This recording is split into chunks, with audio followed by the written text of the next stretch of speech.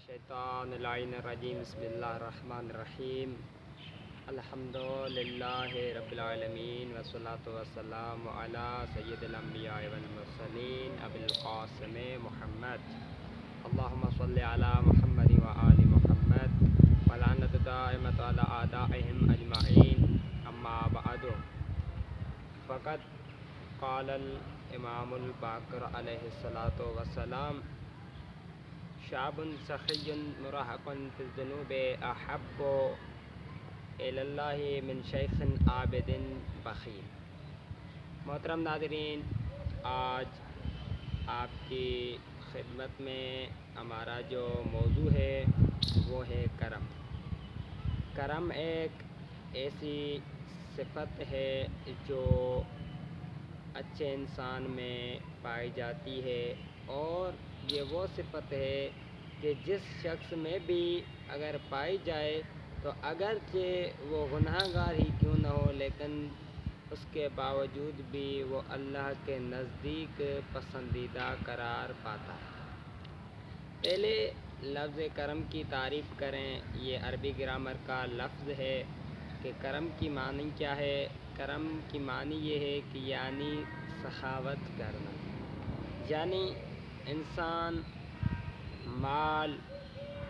اور دنیا کے دیگر اشیاء، لباس اور روٹی وغیرہ کو اللہ کی رضا کی خاطر دوسرے لوگوں پر خرچ کرے تو اسے کرم کہا جاتا ہے۔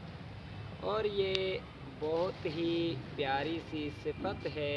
کہ اللہ نے کتنی ہی اچھی چیزیں پائی جاتی ہیں ان کو اس کرم کی صفت سے موصوف کیا ہے، کہ جیسے قرآن میں فرمایا ہے بسم اللہ الرحمن الرحیم وَإِنَّهُ قُرْآنٌ کریم، کہ بتحقیق یہ قرآن کریم ہے، یعنی یہ کرم کی وہ صفت ہے کہ جس سے اللہ نے اس کتاب کو، کہ جس کتاب کی ابتدا میں اللہ نے بیان کیا ہے کہ لا ریب فیہ ہے، کہ جس میں کوئی بھی شک اور شبہ کی بات نہیں پائی جاتی، اس قرآن کے لیے اللہ فرماتا ہے کہ یہ تکریم والا قرآن ہے۔ اور سورہ دخان کی آیت نمبر 17 میں خداوند متعال کا ارشاد ہوتا ہے وَلَقَدْ فَتَنَّا قَبْلَهُمْ قَوْمَ فِرْعَوْنَ وَجَاءَهُمْ رَسُولٌ کریم، اور بتحقیق ان سے پہلے ہم نے فرعون کی قوم کو آزمائش میں ڈالا اور ان کے پاس ایک معزز رسول آیا۔ کہ کرم اتنی سی اللہ کے نزدیک پیاری سی صفت پائی جاتی ہے کہ کبھی اپنے قرآن لا ریب کتاب کو کرم کی صفت کے ساتھ موصوف کرتا ہے، اور کبھی قرآن میں دیکھے تو اپنے بھیجے ہوئے رسول کو بھی اس کرم کی صفت کے ساتھ جو ہے اللہ نے موصوف کیا ہے۔ اور میں نے آپ کی خدمت میں جو ہے امام باقر صادق علیہ الصلاۃ والسلام کا فرمان جو ہے پیش کیا کہ امام فرماتا ہے ایک نوجوان ہو لیکن ہو گناہ گار، لیکن اگر وہ سخی ترین شخص ہو تو یہ نوجوان اس بوڑھے آدمی سے جو بہت ہی عابد ہو، بہت ہی عبادت گزار ہو، لیکن بخل کی صفت اس میں پائی جائے تو یہ گناہ گار اس بخل والے عابد شخص سے اللہ کے نزدیک زیادہ محبوب ترین شخصیت قرار پاتا ہے۔ تو اس روایت سے مطلب یہ نہیں ہے کہ انسان کو گناہ کرنے کی اجازت مل جاتی ہے کہ بھائی تم گناہ کرو، یہ کرو، نہیں، بلکہ یہ اس روایت سے ثابت ہوتا ہے کہ یہ کرم اتنی اللہ کے پسندیدہ صفت ہے کہ اللہ فرماتا ہے کہ کتنا بھی تم گناہ کرو لیکن جب تم سخاوت کرتے ہو تو اس سخاوت کے بدلے میں تمہارے گناہوں کو مٹا دیتا ہوں اور تمہارے ثواب اور اجر میں اضافہ کر دیتا ہوں۔ اور اس کے ساتھ ہی امام صادق علیہ الصلاۃ والسلام بیان کرتے ہیں کہ اتی رجل النبی صلی اللہ علیہ وسلم فقال یا رسول اللہ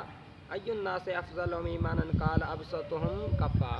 کہ ایک شخص رسول خدا کی خدمت میں آتا ہے اور عرض کرتا ہے کہ یا رسول اللہ،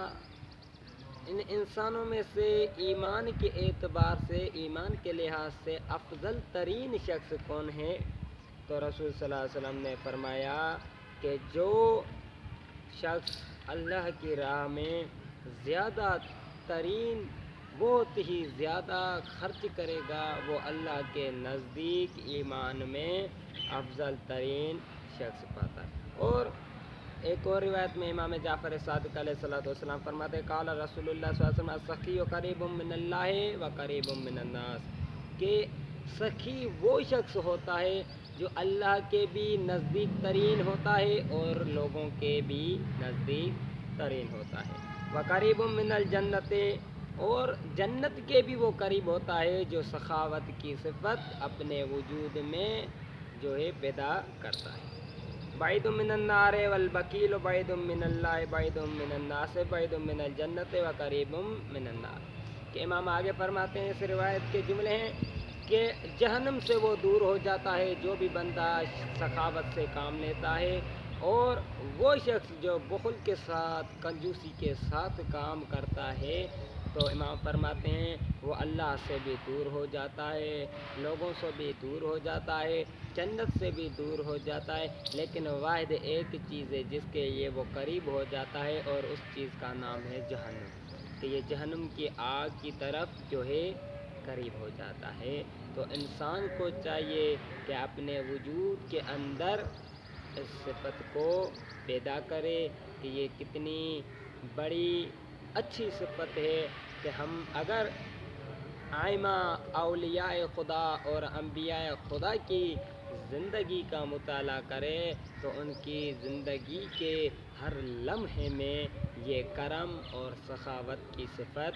پائی جاتی ہے۔ والسلام علیکم ورحمۃ اللہ وبرکاتہ۔